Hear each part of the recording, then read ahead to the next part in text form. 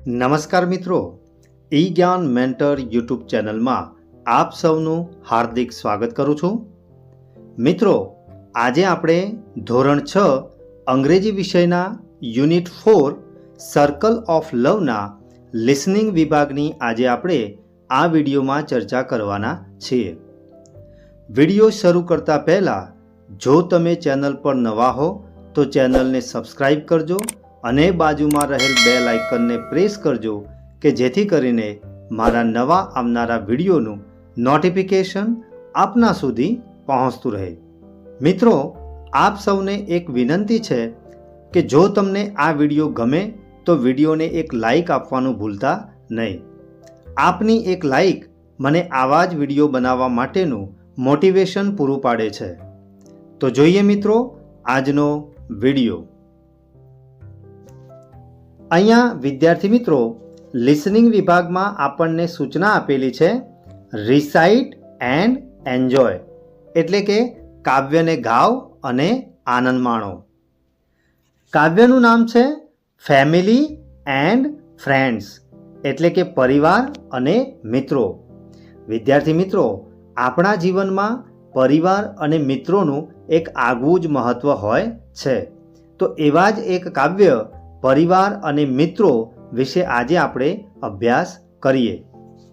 Family and friends so dear and true, એટલે કે પરિવાર અને મિત્રો એ કેટલા બધા પ્રિય અને સાચા હોય છે. A special bond between me and you, અને મારી અને આ પરિવાર અથવા તો મિત્રો સાથે એક ખાસ પ્રકારનું બંધન આપણે જોવા મળે છે. In every laugh, in every cheer, એ દરેક પ્રકારના હાસ્યમાં અને દરેક પ્રકારની ખુશીમાં એ આપણને જોવા મળે છે. Our love grows stronger year by year, અને જેમ જેમ વર્ષો પસાર થાય છે તેમ તેમ આપણો એટલે કે પરિવાર અને મિત્રો વચ્ચેનો જે સંબંધ છે એ ગાઢ બનતો જાય છે.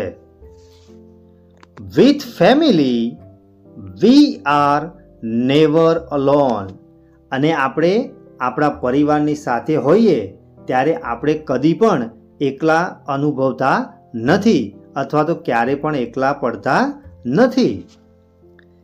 In their embrace we have always grown, અને તેમની સાથે રહીને આપણે હંમેશા પ્રગતિ કરીએ છીએ. Through highs and lows we stand by, અને આપણા જીવનમાં જે કંઈ પણ ચડતી અથવા તો પડતી આવે છે એમાં આપણે એકબીજાના પડખે ઊભા રહીએ છીએ. એટલે કે જીવનમાં ક્યારે પણ ચઢાવ કે ઉતાર આવે, સુખ અથવા તો દુઃખ આવે તો પણ આપણો પરિવાર એ હંમેશા આપણી સાથે હોય છે. With guiding hands and hearts that never લાય, અને આપણો જે પરિવાર છે અથવા તો આપણો જે મિત્રો છે એ આપણને માર્ગદર્શન આપનાર હોય છે કે જે એવા જે હાથ છે એ અને હૃદય એ આપણને ક્યારેય છેતરતા નથી. ત્યાર પછી છે friends R James shining bright, અને આપણા જે મિત્રો છે એ એક પ્રકારના રત્નો છે, અને એ પણ કેવા તો તેજસ્વી રત્નો છે, ડાયમંડ જેવા છે. They fill our days with pure delight, અને તેઓ આપણા જે દિવસો છે એ દિવસોને આપણા જીવનની અંદર એક આનંદ ભરી દે છે. તેઓ આપણા જીવનમાં એક અલગ જ પ્રકારનો એ આનંદ ભરી દે છે. With every secret every smile, અને દરેક જે ખાનગી વાત હોય કે પછી કોઈ પણ જાતનું હાસ્ય હોય એ હાસ્યથી આપણું જે જીવન છે એ ખુશીઓથી ભરી દે છે. They make hour journey worth while, અને તેઓ આપણા જે આપણું જે જીવન છે એ જીવનના પ્રવાસને કેવું બનાવે છે? અર્થપૂર્ણ બનાવે છે. કારણ કે જો મિત્રો ન હોય તો આપણું જે જીવન છે એ આપણને કેવું લાગે છે? નીરસ લાગે છે. અને એવો જ કંઈક આપણો પરિવાર પણ હોય છે.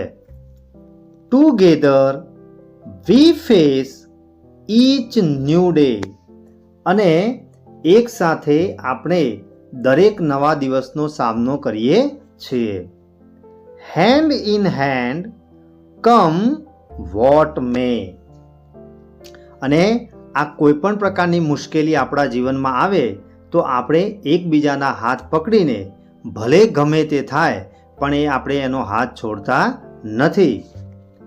In this circle of love so wide. અને આ જે પ્રેમનું જે એક વિશાળ જે સર્કલ છે, વર્તુળ છે, એ આપણાથી ક્યારેય વિખૂટું પડતું નથી. We find our strength, we find our pride. અને આ જે આપણો પરિવાર છે અને આપણા જે મિત્રો છે એ આપણને આપણી શક્તિ અને આપણું ગૌરવ જે પ્રાપ્ત થાય છે એમાં આપણને ઘણી બધી મદદ કરે છે. વિદ્યાર્થી મિત્રો, અહીંયા જે આપણને જે પોયમ આપેલી છે એમાં આપણો પરિવાર અને મિત્રોનું જે મહત્ત્વ છે એ મહત્ત્વને સમજાવવામાં આવ્યું છે. તો આશા રાખીશ કે તમને આ જે પોયમ આપણે જે ચલાવી એમાં તમને મજા આવી હશે. ત્યાર પછીની નેક્સ્ટ એક્ટિવિટી જોઈએ. અહીંયા વિદ્યાર્થી મિત્રો સૂચના આપેલી છે, fill in the blanks according to the poem. એટલે કે આપણે હમણાં જ જે પોયમ જોઈ એના આધારે તમારે આ ખાલી જગ્યાઓને પૂર્ણ કરવાની છે. પહેલી ખાલી જગ્યા છે અવર લવ્સ ગ્રો ખાલી જગ્યા યર બાય યર. તો ખાલી જગ્યામાં મૂકીશું આપણે સ્ટ્રોંગર. ત્યાર પછી બીજી ખાલી જગ્યા છે થ્રુ ખાલી જગ્યા વી સ્ટેન્ડ બાય. તો એમાં આપણે મૂકીશું હાઈઝ એન્ડ લોઝ. ત્રીજી ખાલી જગ્યા છે ખાલી જગ્યા આર જેમ્સ શાઇનિંગ બ્રાઇટ. તો એમાં આપણે મૂકીશું ફ્રેન્ડ્સ. ચોથી ખાલી જગ્યા છે ખાલી જગ્યા make hour journey worth the while. તો એમાં આપણે મૂકીશું ફ્રેન્ડ્સ. અને છેલ્લી ખાલી જગ્યા છે વી ફાઇન્ડ ખાલી જગ્યા વી ફાઇન્ડ ખાલી જગ્યા. તો પહેલી જે ખાલી જગ્યા છે એમાં મૂકીશું અવર સ્ટ્રેન્થ અને બીજી ખાલી જગ્યા છે એમાં મૂકીશું અવર પ્રાઇડ. તો વિદ્યાર્થી મિત્રો, આ રીતે આપણે જે પોયમ ભણ્યા એના આધારે આપણે આ ખાલી જગ્યાઓને પૂર્ણ કરી. હવે આપણે આગળની એક્ટિવિટી જોઈએ. અહીંયા વિદ્યાર્થી મિત્રો સૂચના કંઈક આ પ્રમાણે છે, લિસન ટુ ધ સ્ટોરી. એટલે કે વાર્તાને સાંભળો. વાર્તાનું નામ છે ધ રિયલ ડાયમંડ, એટલે કે સાચો હીરો. પરંતુ વિદ્યાર્થી મિત્રો, અહીંયા આપણને જે વાર્તા આપેલી છે એમાં ક્યાંય કોઈ પણ પ્રકારના હીરાની વાત કરવામાં આવી નથી, પરંતુ કંઈક અલગ જ આપણને મેસેજ આ વાર્તા દ્વારા આપણને મળવાનો છે, જે આપણે જોઈએ. One evening as the birds flew home, 4 village women went to fetch water from the well. એટલે કે એક સાંજે જ્યારે પક્ષીઓ માળામાં પાછા ઉડી રહ્યા હતા, એટલે કે પાછા આવી રહ્યા હતા, ત્યારે ગામની જે 4 સ્ત્રીઓ છે એ કૂવામાંથી પાણી ભરવા ગઈ. ટુ ફેચ એટલે કે પાણી ભરવા જવું. An elderly woman walked with them silently. અને એક ઘરડી જે સ્ત્રી હતી, એક વૃદ્ધ જે સ્ત્રી હતી, એ શાંતિથી તેમની પાછળ પાછળ ચાલતી હતી. જે અહીંયા વિદ્યાર્થી મિત્રો તમને સ્પષ્ટ અહીંયા ચિત્રમાં દેખાય છે. They filled their pots and they started talking about their sons. અને જ્યારે તેમણે પેલા કૂવામાંથી પાણી ખેંચી અને ઘડા ભર્યા ત્યાર પછી તેમણે પોતાના પુત્રો વિશે વાતો કરવાનું શરૂ કર્યું. The first woman said, My son sings so beautifully that everyone loves his voice. એમાં જે ચાર જે સ્ત્રીઓ હતી એમાંની જે પહેલી જે સ્ત્રી હતી એણે કહ્યું કે મારો દીકરો એટલું બધું સરસ ગાય છે કે સૌને તેનો અવાજ ખૂબ જ ગમે છે. જે અહીંયા તમને ચિત્રમાં આપવામાં આવેલું છે. The second woman said, My son is so strong that people call him Bhim. ત્યાર પછી બીજા નંબરની જે સ્ત્રી હતી એ બોલી કે મારો દીકરો એટલો બધો બળવાન છે કે લોકો તેને ભીમ કહે છે. વિદ્યાર્થી મિત્રો, મહાભારત જે ગ્રંથ છે એમાં 5 પાંડવો અને કૌરવોની વાર્તા આવે છે. એમાં એક પાત્ર હતું ભીમનું, જે અહીંયા ઉદાહરણ રૂપે આપવામાં આવેલું છે. The third woman said, My son is very smart. He remembers everything he reads. ત્યાર પછી ત્રીજા નંબરની જે સ્ત્રી છે એ પણ બોલે છે અને કહે છે કે મારો દીકરો એટલો બધો હોશિયાર છે કે તે જે એક જ વખત જે વાંચે છે તેને બધું જ યાદ રહી જાય છે. The fourth woman did not say anything. જ્યારે પેલી જે ચોથા નંબરની જે સ્ત્રી હતી એ કશું પણ બોલી નહીં. The second woman asked, Don't you want to talk about your son? એટલે બીજી સ્ત્રીએ તેને પૂછ્યું કે શું તારે તારા દીકરા વિશે કશી વાત કરવી નથી? She smiled and said, My son is not strong and he doesn't sing or read like yours. તે હસી અને બોલી કે મારો છોકરો જે છે એ બળવાન નથી, કે પછી તે સારું ગાઈ શકતો નથી, કે પછી તેને જે કંઈ પણ વાંચે એ કશું યાદ રહેતું નથી. They started walking back to the village. અને આ જે ચારે ચાર જે સ્ત્રીઓ હતી તેઓ ગામ તરફ પાછા ચાલવા લાગ્યા. Soon a boy passed by singing beautifully. અને એટલામાં જ એક જે છોકરો હતો એ સરસ ગીતો ગાતો ગાતો પસાર થયો. The first woman said, That's my son. અને જે પહેલા નંબરની જે સ્ત્રી હતી એ બોલી કે આ મારો છોકરો છે. But he didn't even look at her. પરંતુ જ્યારે આ જે પહેલા નંબરની જે સ્ત્રી હતી એણે કહ્યું કે આ મારો દીકરો જાય છે, તેમ છતાં તે છોકરાએ તેની માની સામે પણ જોયું નહીં. Later, strong boy walked by. અને એટલામાં બીજા નંબરની જે સ્ત્રી હતી એનો જે દીકરો હતો જે સ્ટ્રોંગ હતો એ પસાર થયો. The second woman said, અને બીજા નંબરની સ્ત્રી બોલી, That's my son. પેલો મારો છોકરો છે. But he also didn't notice his mother. પણ તેણે પણ એની મમ્મી તરફ ધ્યાન પણ ગયું નહીં અને તે પોતાની ધૂનમાં ચાલ્યો ગયો. After a while, a boy came reciting mantras. અને એટલામાં જ બીજો જે છોકરો હતો એ મંત્રોચ્ચાર કરતો કરતો આવ્યો. રિસાઇટિંગ મંત્રાસ એટલે કે મંત્રોચ્ચાર કરવા.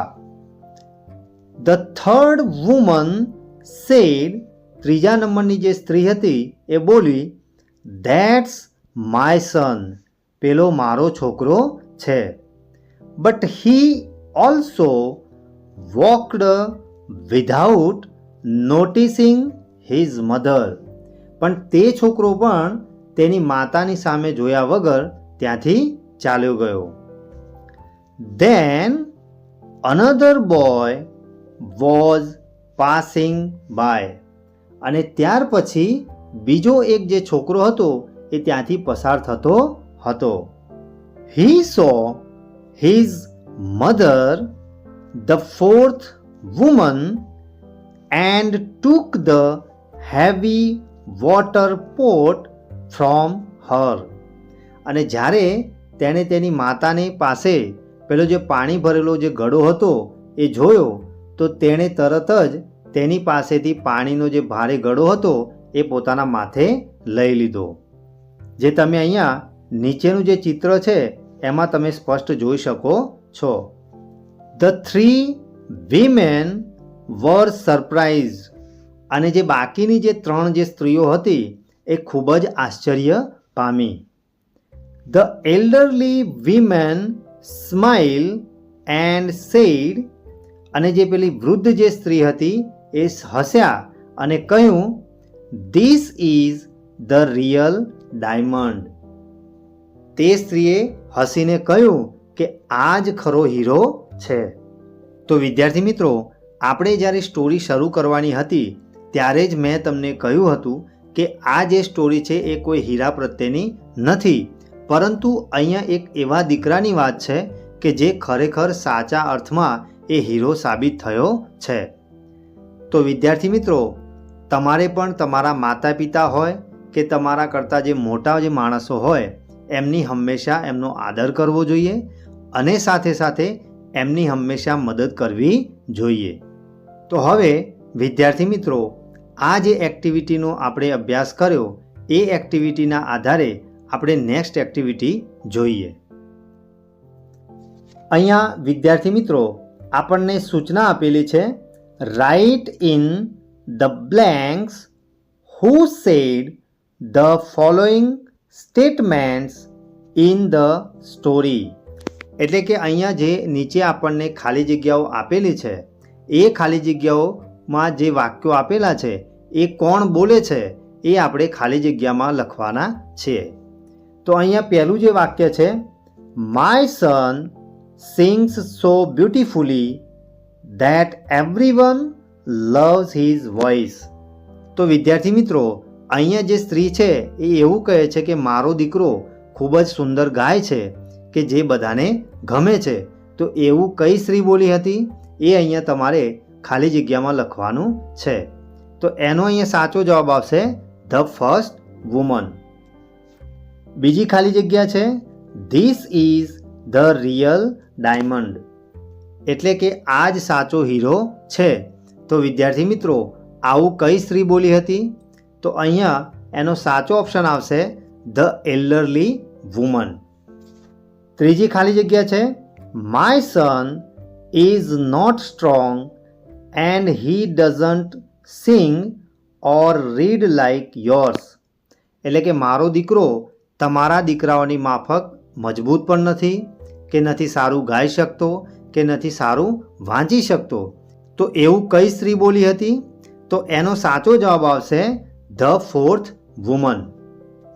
ચોથી ખાલી જગ્યા છે, my son is so strong that people call him Bheem. એટલે કે મારો દીકરો એટલો બધો બળવાન છે કે લોકો તેને ભીમ કહે છે. તો વિદ્યાર્થી મિત્રો, ખાલી જગ્યામાં શું આવશે?